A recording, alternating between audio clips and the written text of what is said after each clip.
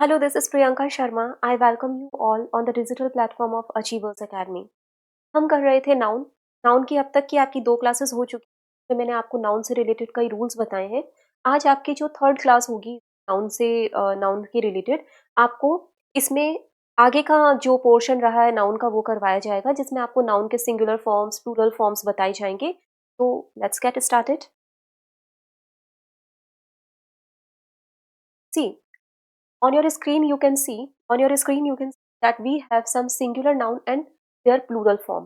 Usually हमारा जो daily spoken होता है उसमें हम डेटम वर्ड का कभी यूज नहीं करते, हमेशा डेटा यूज करते हैं. But you must no this that singular form is datum whereas the plural form is data. Okay, phenomenon is singular and phenomena is plural. Criterion is singular and criteria plural. Analysis is singular and analysis is plural. So this is how you need to know that what are the singular form of the words and what are plural form of the words. Next, axis, ये is है, is, axis, axis, crisis, es spelling में difference है, crisis, oss and bacteria. So this is how you need to make singular and plural form of the words. Next is fungus, fungi, memorandum, memoranda, agendum, premium and premiums. So this is how we can make plural forms of these words. आपको याद रखना है agenda plural word है, इसका singular agendum होता है. Usually मैंने लोगों को देखा है दैट वो सिंगुलर फॉर्म में भी एजेंडा ही बोलते हैं, प्लूरल फॉर्म में भी एजेंडा ही बोलते हैं. But you must know that agendum is singular और एजेंडा प्लूरल होता है. नेक्स्ट देखिए, next forms, pendulum, pendulums, haves, have not, have nots. Haves not कभी नहीं होगा, हाँ कभी भी इस तरह से नहीं होगा हैव्स नॉट, वो गलत हो जाएगा. Have nots is the correct form. Okay, now we are moving ahead. Museum, museums, premium, aluminous and alumini, this is important. Okay, and hypothesis, hypothesis, this is how you can make plural. Now we have some questions to practise कि आपको ये बताना है कि कौन से part of the sentence में error है, और ये जो भी एरर्स हैं आपकी सिंगुलर और प्लूरल फॉर्म से ही रिलेटेड है. एक बार मैं साइड में हो जाती हूँ so that you can see the whole screen completely. आपको बताना है कि कहाँ पर एरर है. Look at the first sentence. Look at the first sentence on the board. The first sentence is the data is misleading. Where is the error in this part? देखो अभी अभी हमने पढ़ा था कि जो डेटा वर्ड होता है वो क्या होता है, वो प्लूरल होता है. डेटम इज सिंगुलर, यहाँ पे इज लगाया है इन्होंने डेटा के साथ. Is it correct? No, it is not correct. आपको क्या करना होगा, यहाँ पर इसके singular form of verb, singular form को फिल करना होगा. They are the alumnus of this department. Alumnus is singular. Look अभी हमने पढ़ा था alumnus is singular and alumni is plural. अब यहाँ पे क्या है, यहाँ पर आपको दे रखा है दे तो प्लूरल होता है, तो आप जो है प्लूरल के साथ में सिंगुलर नाउन को यूज नहीं करते. This is a rare phenomena. अभी आपने पढ़ा था फेनोमेना जो होता है, इसमें यहाँ पढ़ा था आपने फेनोमेना के बारे में. वो उधर हो गया होगा. फेनोमेना होता है और एक होता है आपका फेनोमेनन.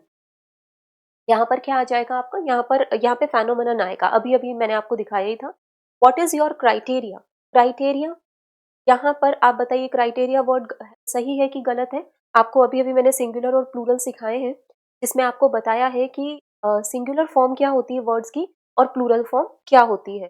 तो आप इन वर्ड्स को देख करके अच्छी तरह से पता लगा सकते हैं कि क्राइटेरिया तो प्लूरल होता है, क्राइटेरियन जो होता है वो सिंगुलर है, फेनोमेनन सिंगुलर होता है, फेनोमेना जो है वो प्लूरल है. तो यहाँ पे सिंगुलर प्लूरल से रिलेटेड आपकी मिस्टेक्स है इन सेंटेंसेस में. तो ये जो आपका सेंटेंस था what is your criteria, criteria एक प्लूरल वर्ड है, जबकि यहाँ पर इज लगा है, इसका मतलब आपको सिंगुलर वर्ड का यूज करना चाहिए था यहाँ पे. इसलिए आपके इस पार्ट ऑफ द सेंटेंस में this part of the sentence is having error. Now we are moving forward. Now we are done with singular and plural. अब हमारा जो next part of the sentence है वो है आपका कंपाउंड नाउन.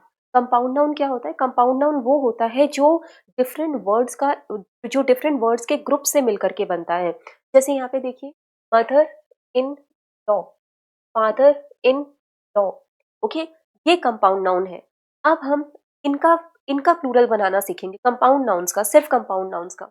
यहाँ पे देखो, कंपाउंड नाउन का प्लूरल बनाते समय सिर्फ मेन वर्ड का ही प्लूरल बनाना है। अब जैसे आपके सामने मदर इन लॉ है, तो मदर इन लॉ के अंदर जो मेन वर्ड है वो मदर है, मदर है, मेन वर्ड मदर है, लॉ नहीं है। तो आप क्या करेंगे, आप करेंगे मदर्स इन लॉ। कभी भी आप इसको इस तरह से नहीं लिखेंगे। अगर आपने इसको इस तरह से लिख दिया मदर इन लॉज, तो वो गलत हो जाएगा। आपको क्या करना है, ये जो मेन वर्ड है इसी के साथ में आपको एस लगा करके इसका प्लूरल बनाना है। दूसरा वर्ड क्या है आपका, फादर इन लॉ। तो फादर्स इन लॉ होगा, कभी भी फादर इन लॉज नहीं होगा। तो ये जो कंपाउंड नाउन होते हैं, इनका जो मेन वर्ड होता है उसके साथ में आप एस लगा दो। सिस्टर इन लॉ है तो सिस्टर्स इन लॉ कर दो, ब्रदर इन लॉ है तो ब्रदर्स इन लॉ कर दो। जो मेन वर्ड है ना इसका, उस पे प्लूरल बनाना है आपको। नेक्स्ट देखिए आपका, नेक्स्ट जो है, ये देखो, सिस्टर इन लॉ। तो ये तो आपको समझ में आ ही गया होगा, sister in law, sisters in law हो जाए। मैन किलर, मैन किलर होता है मैन को मारने वाला, ठीक है। तो मैन किलर का प्लूरल फॉर्म क्या बनेगा, मैन को मारने वाले। तो आप जो है किलर के साथ में प्लूरल लगाएंगे, ना कि मैन के साथ में। तो क्या बन जाएगा आपका, मैन किलर्स।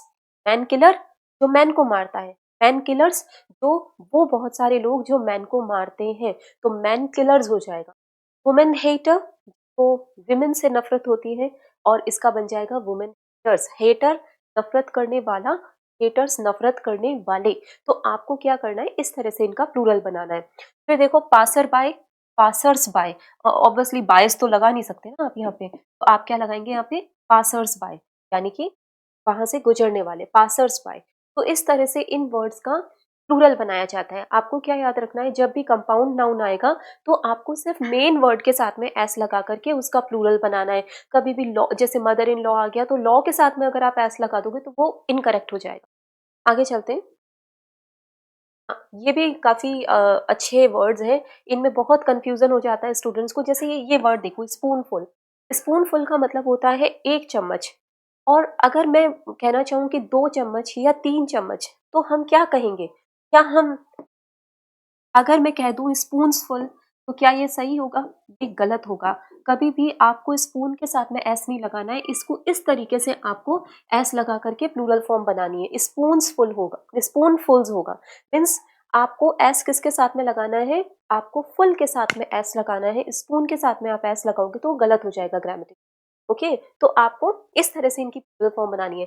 ट्रक लोड हो तो ट्रक लोड्स हो जाएगा, स्पून फुल हो तो स्पून फुल्स हो जाएगा, हैंडफुल हो तो हैंडफुल्स हो जाएगा, कप फुल हो तो कप फुल्स हो जाएगा। आपको क्या याद रखना है, एस को आपको किसके साथ में लगाना है, एस को आपको लास्ट वाले फुल के साथ में लगाना है। आपको ये कप के साथ में कभी भी ऐसे मत कर देना इसको, कप्स फुल, वो गलत हो जाएगा। फुल के साथ में एस लगाना।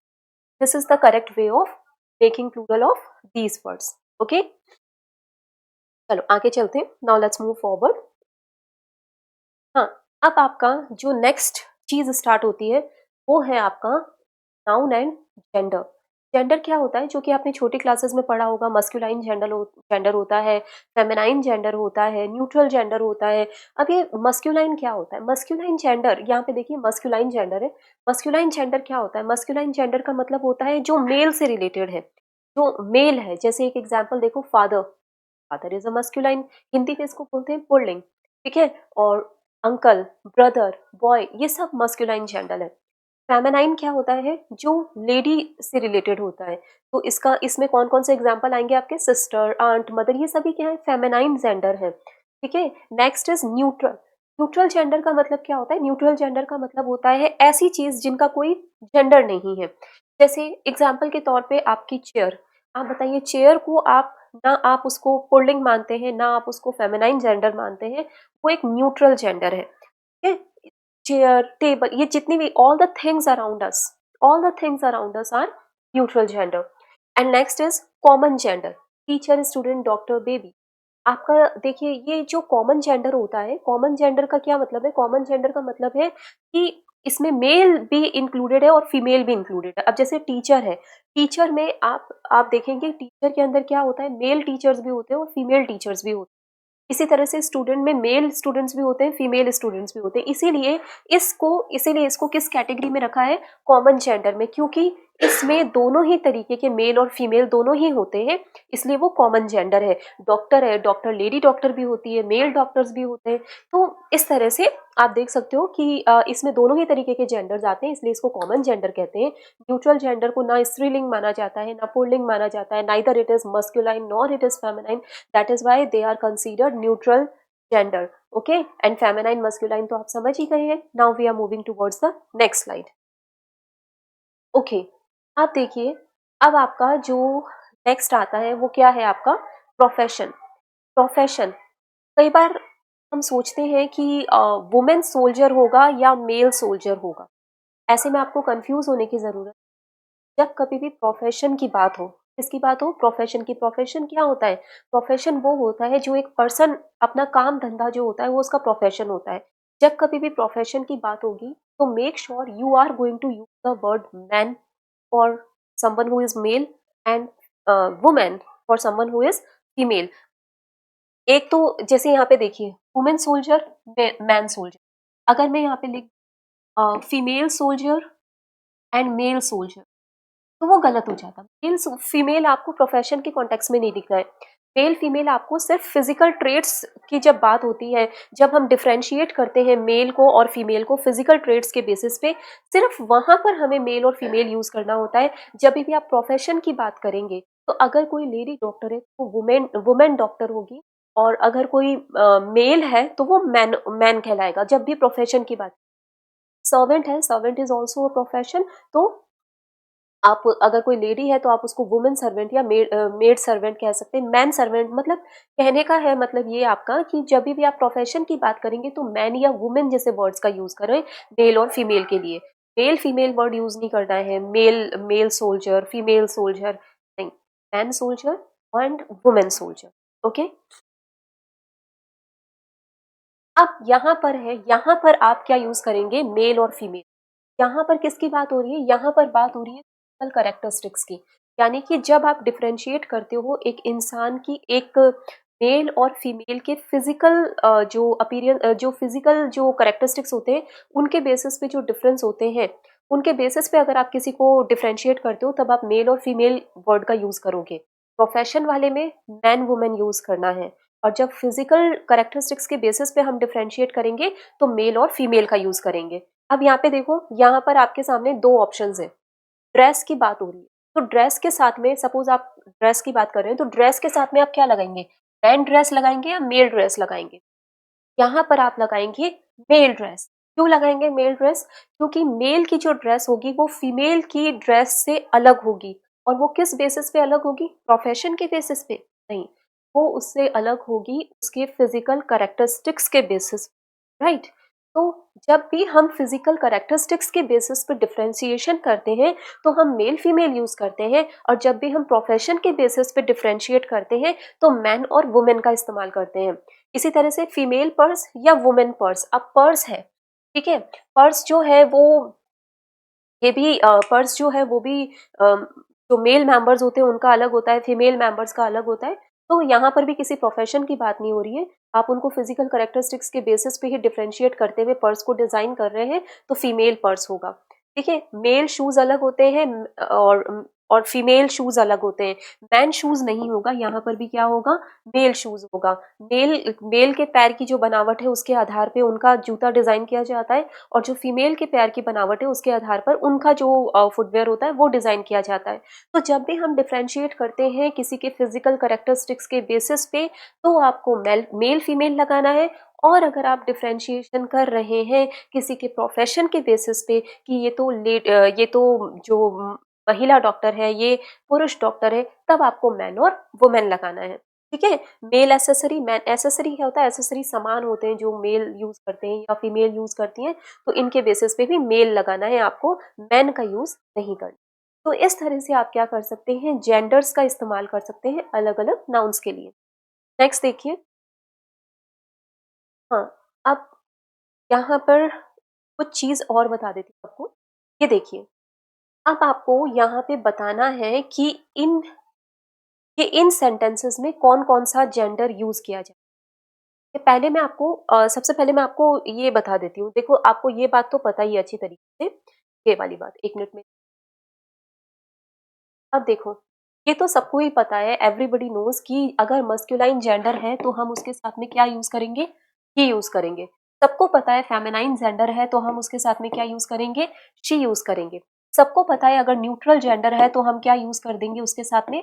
इट यूज़ कर देंगे। ये तो आपको पता ही है। ये जो होते हैं ना चीज़ें, जब भी चीज़ों के बारे में बात करते हो, टीवी के बारे में, फ्रिज के बारे में, तो ऑब्वियसली आप कभी भी ही, शी का यूज़ नहीं करते। आप किसका यूज़ करते हो? आप इट का यूज़ करते हो। ये जो लोअर कैटेगरी के एनिमल्स होते हैं, उनके लिए भी किसका यूज़ किया जाता है? उनके लिए भी इट का यूज़ किया जाता है।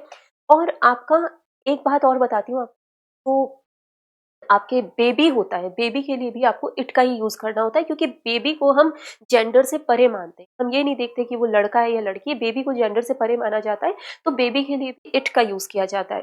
बाकी अगर मस्कुलाइन है तो ही और फेमिनाइन है तो शी।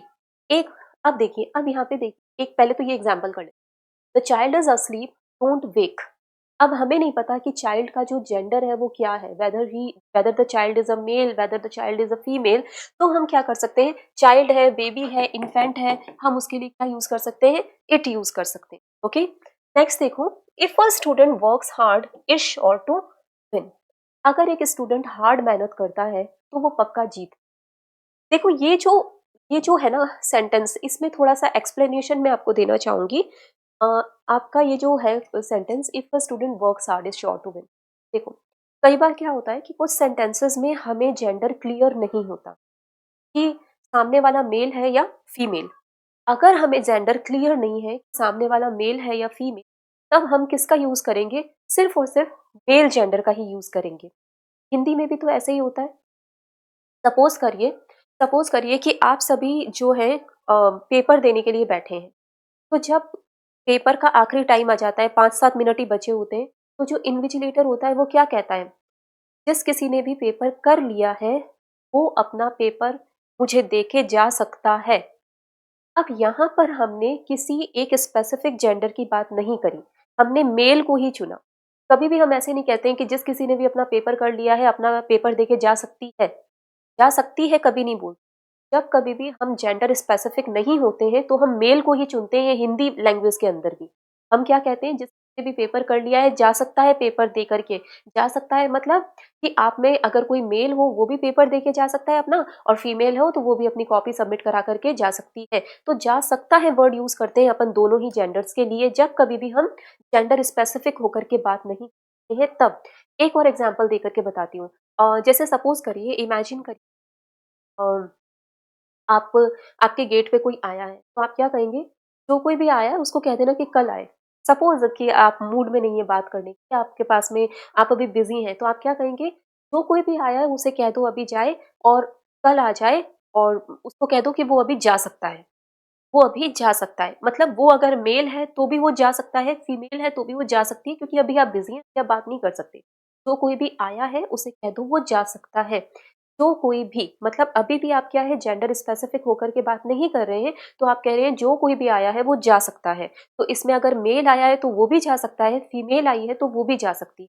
तो जब कभी भी आप जेंडर स्पेसिफिक नहीं हैं, जब कभी भी आप एक पर्टिकुलर जेंडर को टारगेट नहीं करके बोल रहे हैं, तो आप मेल जेंडर को ही प्रेफ़र करते हैं। हिंदी लैंग्वेज में भी ऐसे ही होता है, जैसा कि मैंने अभी-अभी आपको एग्ज़ाम्पल देके बताए थे, और आपके इंग्लिश लैंग्वेज में भी ऐसे ही होता है। जब कभी भी हमें जेंडर के बारे में नहीं पता है, हम जेंडर पर्टिकुलर जेंडर के बारे में बात नहीं कर रहे हैं, तब हम मेल जेंडर को ही प्रेफ़रेंस देते हैं। अब जैसे यहाँ पर ये एग्ज़ाम्पल देखो, if a student works hard is sure to win. अगर एक स्टूडेंट कड़ी मेहनत करता है, इज़ श्योर टू विन। अब मैं यहाँ पे इसके लिए क्या लगाऊँगी? क्या मैं यहाँ पे ही लगाऊँगी, शी लगाऊँगी कि इट लगाऊँगी? ऑब्वियसली स्टूडेंट है, पर्सन के लिए तो मैं इट लगाऊँगी नहीं, तो इट का मैं यूज़ नहीं कर सकती। अब ये स्टूडेंट ही है कि शी है, मैं यहाँ पे किसी पर्टिकुलर ही या शी की बात नहीं कर रही। मैं यहाँ पे अब देखिए, यहाँ पर भी मैं जेंडर स्पेसिफिक नहीं हूँ। I am not talking about specially some girl और बॉय। तो मैं क्या करूँगी, मैं यहाँ पर मेल जेंडर को प्रेफ़रेंस दूँगी। अभी मैंने आपको समझाया था, जब कभी भी आप जेंडर स्पेसिफिक नहीं हैं या आपको नहीं पता है कि कि सामने वाले का जेंडर क्या है, तो आप ऐसे में ही को ही यूज़ करते हैं। तो यहाँ पे क्या आ जाएगा? He. If a student works hard he is sure to win. जब भी आप जेंडर स्पेसिफिक नहीं है, आपको जेंडर क्लियर नहीं है किसी का, तो आप क्या करेंगे, मेल जेंडर को ही प्रेफरेंस देंगे। ठीक है। If a person comes ask, if a person comes, अगर कोई पर्सन आता है, आस्क डैश टू वेट, क्या आएगा यहाँ पे? अब यहाँ पर भी पर्सन का जेंडर क्लियर नहीं है, ठीक है, तो क्या लगाएंगे आप यहाँ पे? If a person comes ask her to wait या हिम टू वेट। अगर कोई कोई आता है तो उसे कहो कि इंतजार करे। इंग्लिश में, हिंदी में भी तो अपन आता ही बोलते हैं। अपन इंग्लिश हिंदी में क्या बोलते हैं? अगर कोई आता है तो उसको कहो वेट करे। अपन ऐसे थोड़ी कहते हैं अगर कोई आई है तो उसको कहो वेट करे। तो आता है में दोनों ही जेंडर्स हम इंक्लूड कर लेते हैं, है ना? तो यहाँ पे क्या होगा, if a person comes ask dash to wait, person में दोनों ही जेंडर इंक्लूड हो रहे हैं, और क्योंकि हम यहाँ पे किसी स्पेसिफिक जेंडर की बात नहीं कर रहे हैं तो हम सिर्फ मेल जेंडर को प्रेफरेंस देंगे। तो यहाँ पे आपका सही क्या हो जाएगा? ही हो जाएगा। He killed a snake was lying on the ground. अब आपको बताना है यहाँ पे स्नेक के लिए कौन सा जेंडर आएगा, which gender should be for the snake. Obviously हम स्नेक के लिए ही यूज नहीं करेंगे, she करेंगे। स्नेक के लिए हम क्या यूज कर देंगे? इट, क्योंकि मैंने अभी आपको बताया था कि जो भी एनिमल्स होते हैं, थिंग्स होती हैं, हम उनके साथ में इट का ही यूज करते हैं। तो इस तरह से आप जेंडर्स का यूज कर सकते हैं। मस्कुलाइन के लिए ही, फेमिनाइन के लिए ही, और चीजों और जानवरों के लिए इट। और जब कभी भी आपको जेंडर का क्लियर नहीं है कि वो मेल की बात हो रही है मेल की, तो हमेशा मेल जेंडर को प्रेफरेंस देना है। एक लास्ट एग्जांपल और, आप जैसे सपोज कीजिए कि आपके घर पे पार्टी है, तो आप क्या कहेंगे? शाम को मेरे घर पार्टी है, मेरे सभी फ्रेंड्स आ रहे हैं। आप कभी भी ऐसे नहीं बोलोगे शाम को मेरे घर पार्टी है, मेरे सभी फ्रेंड्स आ रही हैं। तो वो रहे वर्ड में ना आपने मेल और फीमेल दोनों को इंक्लूड, है ना? तो जब कभी भी जेंडर क्लियर नहीं है, go for the male gender only. So in today's class only this much. कल वाली क्लास में आपको करवाए जाएंगे नाउन के different cases, subjective cases, subjective case हैं, ऑब्जेक्टिव केस हैं, वोकेटिव केस हैं, पजेसिव केस हैं। तो वो क्लास भी बहुत ज़्यादा इंपॉर्टेंट होने वाली है आपके लिए। So don't forget to attend it and don't forget to learn. Thank you very much to watch today's session. Best of luck to all of you. Bye bye.